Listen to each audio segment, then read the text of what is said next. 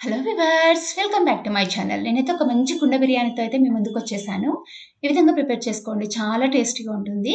Perfect కుండ బిర్యానీ ఇదే విధంగా చేయాలనేది ఏమి ఉండదు. ఒక్కొక్క ఏరియాలో ఒక్కోలా ప్రిపేర్ చేసుకుంటారు. ప్రిపేర్ చేసుకునే దాన్ని బట్టి టేస్ట్ అనేది చేంజ్ అవుతుంది. అండ్ నేను కూడా డిఫరెంట్ స్టైల్‌లో ప్రిపేర్ చేస్తా ఉంటాను. ఒక్కొక్కసారి అలా ట్రై చేస్తా ఉంటాను.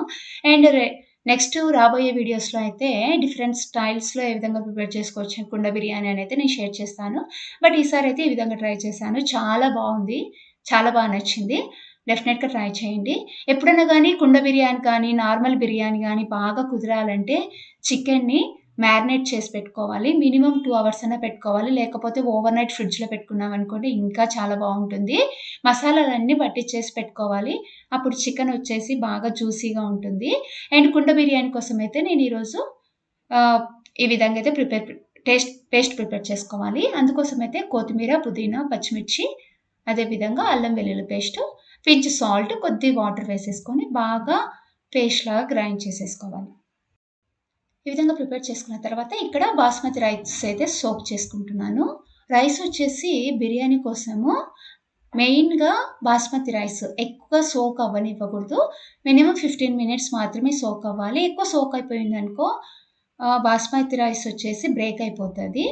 అండ్ రైస్ అయితే ఈ విధంగా సోక్ చేసేసుకొని ఇక్కడ బ్రౌన్ ఆనియన్స్ అయితే ప్రిపేర్ చేసుకుంటున్నాను. అండ్ బ్రౌన్ ఆనియన్స్ ప్రిపేర్ చేసుకునేటప్పుడు ట్రిక్ ఫాలో అవ్వండి. ఆనియన్స్ ఫ్రై చేసేటప్పుడు ఒక పించ్ సాల్ట్ వేసుకున్నారనుకోండి, ఆనియన్స్ వచ్చేసి మంచి కలరు అండ్ బాగా ఫ్రై అవుతాయి.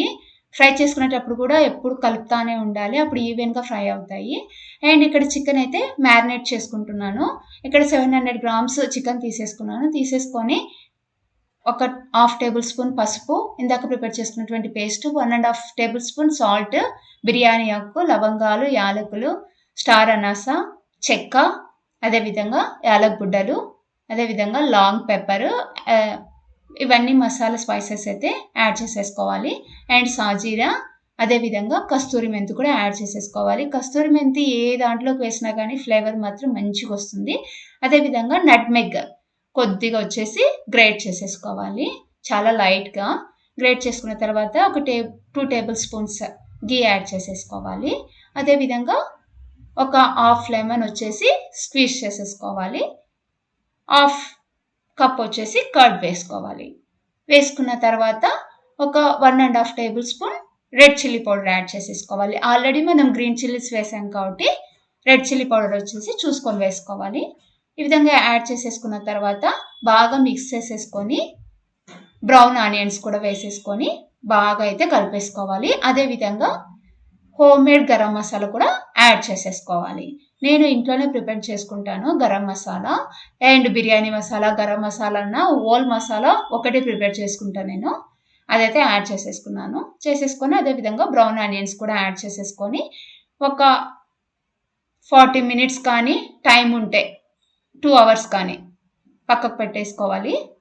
అదేవిధంగా అన్ని వాటర్ తీసేసుకొని కొద్దిగా ఘీ యాడ్ చేసేసుకొని స్పైసెస్, కొన్ని గ్రీన్ లీవ్స్ యాడ్ చేసేసుకొని రైస్ అయితే ఒక 50% వరకు బాయిల్ చేసి ఈ విధంగా బాయిల్ చేసుకున్నాక రైస్ ఎక్కువగా బాయిల్ అయిపోయిందనుకోండి, మళ్ళీ బిర్యానీ కుండలో వేసేసి మనం ఆవిరి పెట్టినప్పుడు చాలా మెత్తగా అయిపోతుంది. అందుకే ఒక 50% వరకు మాత్రమే మనం బాయిల్ చేసేసుకోవాలి రైస్. బాయిల్ చేసుకున్న తర్వాత రైస్ అంతా ఫిల్టర్ చేసేసుకొని పక్కన పెట్టేసుకోవాలి.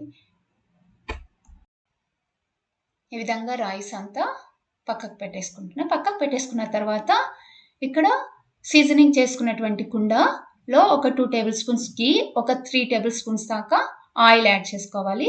అదేవిధంగా గ్రీన్ లీవ్స్ యాడ్ చేసేసుకోవాలి. మనం ఇందాక మ్యారినేట్ చేసి పెట్టుకున్నటువంటి చికెన్ అయితే యాడ్ చేసేసుకోవాలి.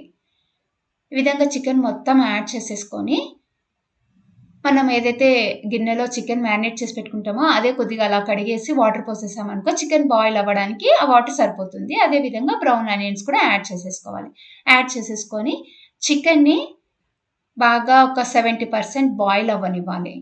అదేవిధంగా ఒక బిగ్ సైజ్ టమాటో కూడా యాడ్ చేసేసుకొని చికెన్ ఒక 70% బాయిల్ అయిన తర్వాత మనం ఇందాక హాఫ్ బాయిల్ చేసుకున్నటువంటి రైస్‌ని యాడ్ చేసేసుకోవాలి. ఈ విధంగా బాగా స్ప్రెడ్ చేస్తూ నీట్‌గా యాడ్ చేసేసుకోవాలి.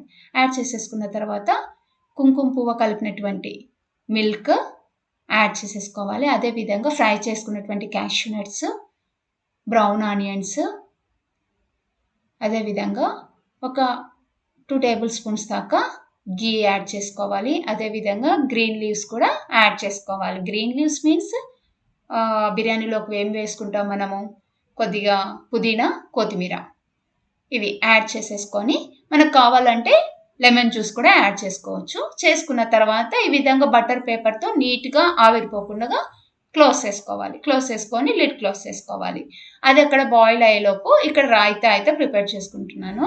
రాయితా ప్రిపేర్ చేసుకునేటప్పుడు పెరుగుని బాగా చిలుక్కొని చిన్నగా కట్ చేసుకున్నటువంటి ఆనియన్స్, గ్రేట్ చేసుకున్నటువంటి క్యారెట్స్, స్మాల్గా కట్ చేసుకున్నటువంటి గ్రీన్ చిల్లీస్ యాడ్ చేసేసుకొని కొద్దిగా సాల్ట్ యాడ్ చేసేసుకోవాలి. అదేవిధంగా కొన్ని గ్రీన్ లీవ్స్ అయితే యాడ్ చేసేసుకోవాలి. కొత్తిమీర, కొద్ది పుదీనా యాడ్ చేసేసుకొని కన్సిస్టెన్సీకి తగ్గంత వాటర్ యాడ్ చేసుకోవాలి. మనం ఇందాక దమ్ పెట్టుకున్నటువంటి బిర్యానీని లో ఫ్లేమ్లో 20 మినిట్స్ అయితే బాయిల్ చేసుకోవాలి.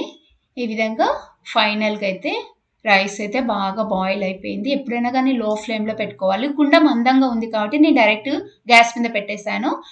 కుండ పతలా ఉందనుకున్న వాళ్ళు కింద ప్యాన్ పెట్టేసి లో ఫ్లేమ్లో అయితే ప్రిపేర్ చేసుకోవాలి. అంతే అండి, సింపుల్. చాలా అంటే చాలా బాగుంది. డెఫినెట్గా ట్రై చేయండి. నచ్చినట్లయితే లైక్ చేసి సబ్స్క్రైబ్ చేయండి. అదేవిధంగా బెల్ ఐకాన్ అయితే ఆన్ చేసుకోండి. నేను పెట్టే ప్రతి ఒక్క రెసిపీ వచ్చేసి మీకు నోటిఫికేషన్ వస్తుంది. Thanks for watching.